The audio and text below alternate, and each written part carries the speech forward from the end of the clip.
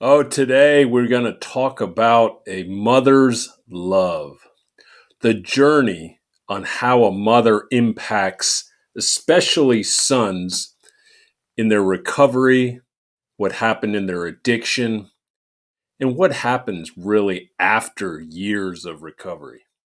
Welcome again to another episode of the 1% in Recovery podcast, where we encourage you to laugh every day. We encourage you to work hard. Work hard in recovery. Work hard in your relationships. Work hard in your job, or if you work for someone or you're in school studying, and to love unconditionally. Just put more love out there in the universe and just let more love come back. Like we say, your EQ is your IQ. Recovery is beautiful, and you cannot outthink an emotional issue. Now, what we encourage people to do is to join the community, a Facebook group, the Recovery Freedom Circle. That is where everybody gets to really try to live their best life by talking about their goals, their dreams, but how to get there through the steps, through my steps, through the original steps, talking about character traits, also talking about something inspirational or motivational as we can move forward.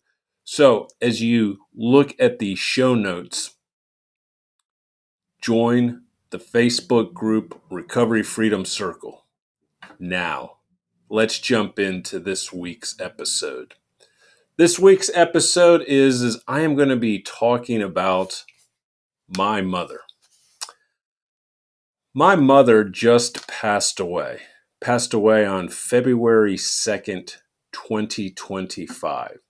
She was born January 14th, 1935. She lived 90 years. And we just had her funeral mass 2 days ago. But it came to me that needed to speak on how important and what type of role our mothers, our parents, but today we're going to talk about mothers, but mothers and fathers play in our recovery, but has also what had kind of happened or laid the groundwork on what kind of goes on in our addictions. Now, my mother was born in Bolivia. So I am a son of an immigrant. Both my parents were born in Bolivia, and I am the son of a Bolivian I'm an immigrant. I'm one of those first generation Americans. So there is the Croatian blood, the Bolivian blood, born in New York City, raised in Texas. And all of that helped form me. But I want to talk first about what happens in that vital point where we're about, whether we're in rock bottom or we're thinking, not what about our addiction. For me, it was that compulsive gambling and the alcohol. But for a lot of people, it may be just at there a point where alcohol starts becoming a problem. Gambling starts becoming a problem. And there may be not, and they don't let them, just like everybody, no one wants to say they're an alcoholic or compulsive gambler, but they can see that they are a problem drinker and they are or a problem gambler, and they're needing and seeking answers, help, and where to go. And a lot of times, the addict gets so hung up in whatever traumatic, painful event happened, mainly usually in childhood or early adulthood, or something that could be a little later on in life. But a lot of times there's certain things that have laid the groundwork early. And we don't know how to process those feelings. And in turn, it can develop into fun. Like we like to tell ourselves, oh, alcohol is fun, gambling is fun. And then it accelerates, especially when we get into the cycles of addiction. But we have to go back to childhood and understand what had kind of happened. But we always get so focused. And this is where people stay in their addiction way too long because they stay in the traumatic event and they don't actually look at the solution.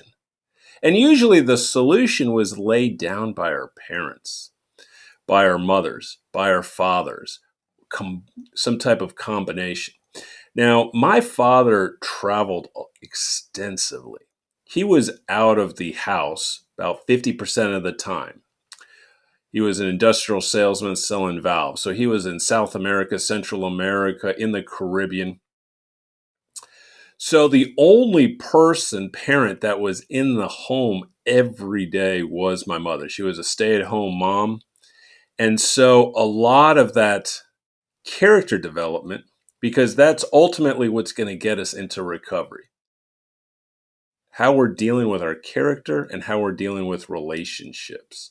If we start developing, if when we're in addiction, our character is really just all over the place, there is no consistency, and that's what frustrates people.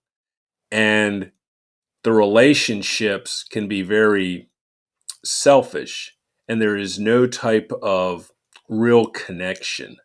So, a lot of us really have to look at recovery into developing strong character and deeper, intimate relationships.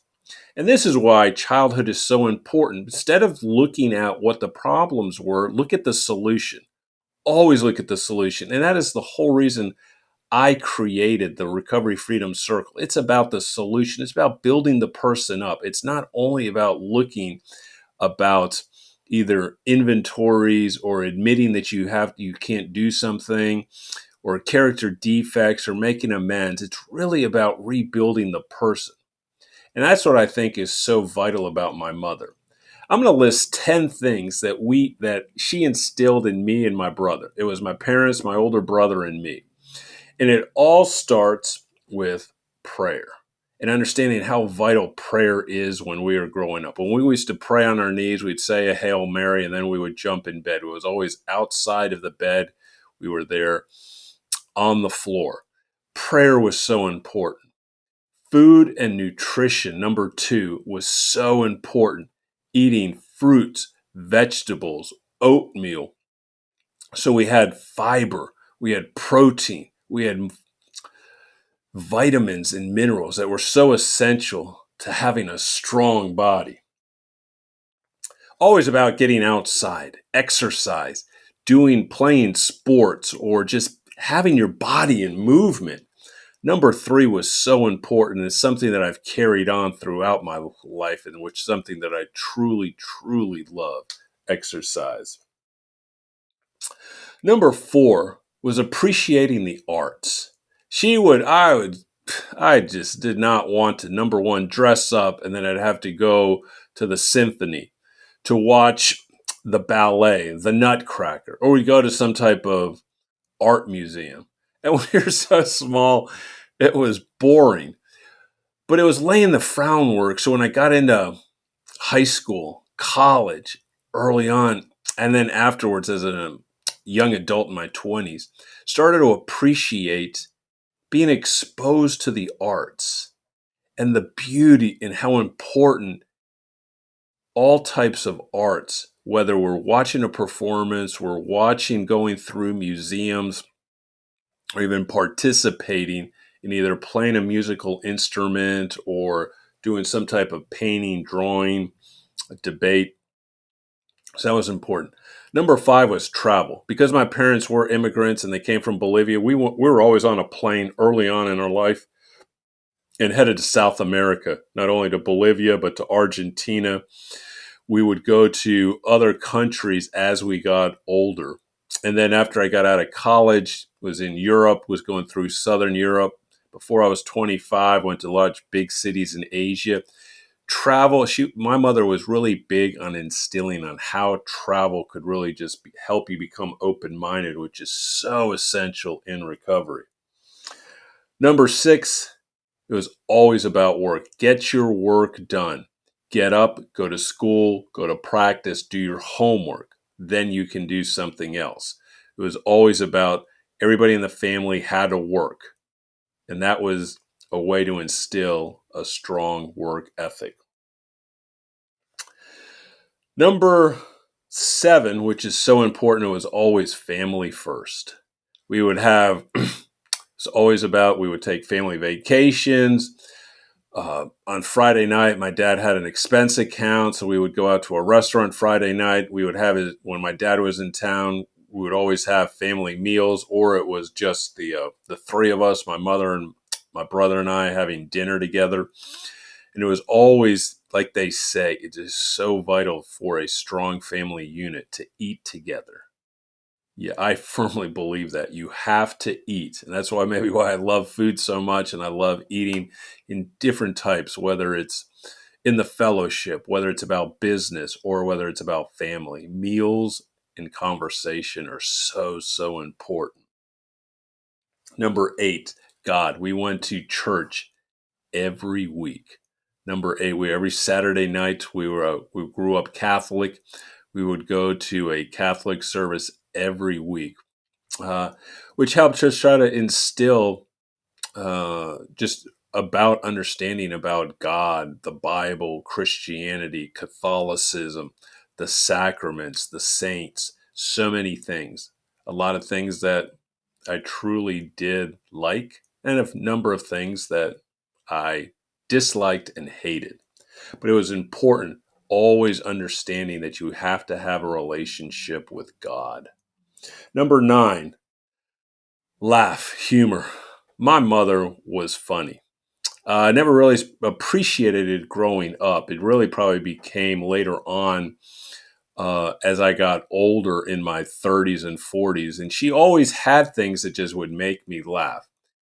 And here, when people came to the funeral mass and the reception, or were texting or calling me, either when she was in the hospital or just after she had passed, always saying how funny my mother was.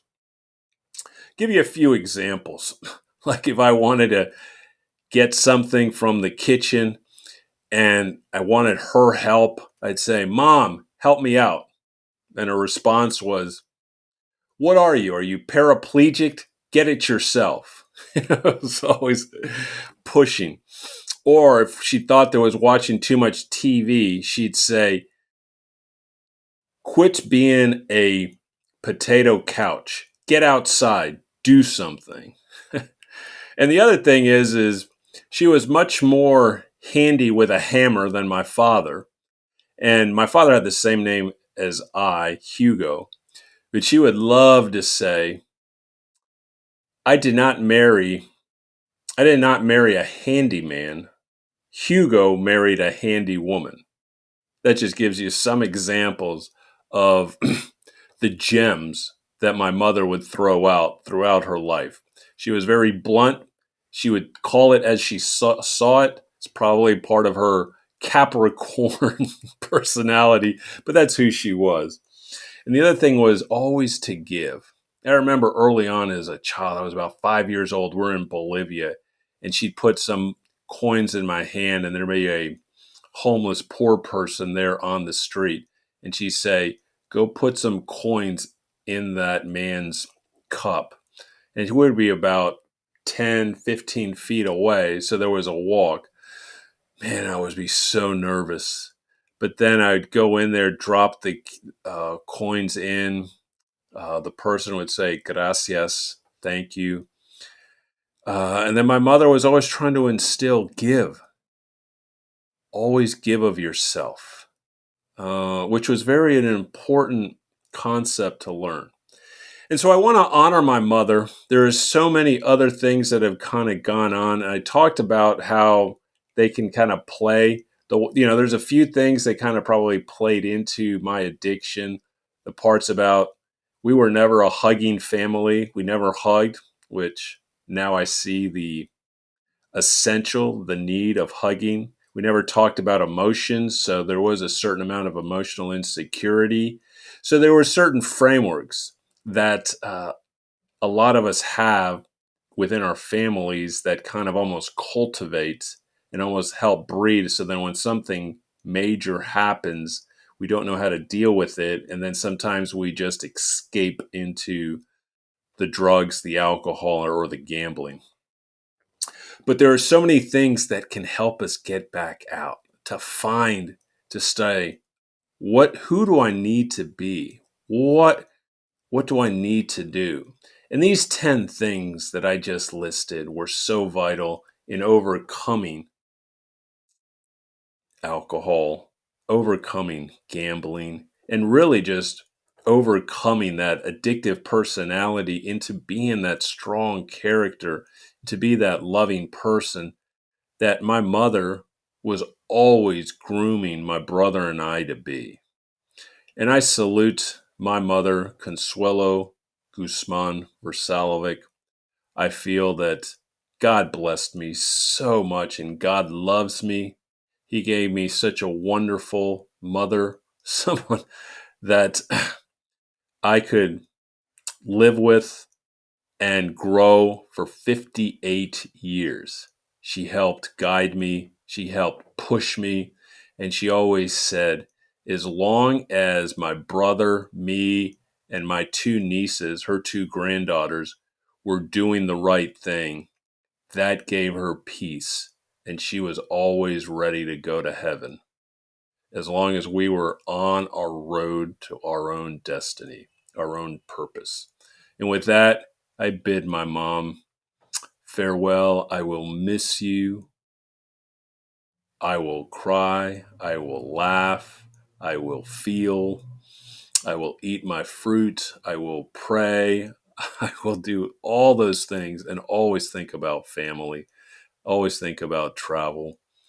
And I just wanted to honor my mother on this episode of the 1% in Recovery podcast.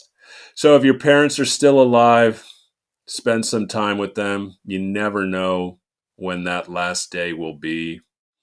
And I am now at peace, content, but I'm also a certain amount of numbness, a certain amount of sadness. And with that, we will end this episode of the 1% in Recovery.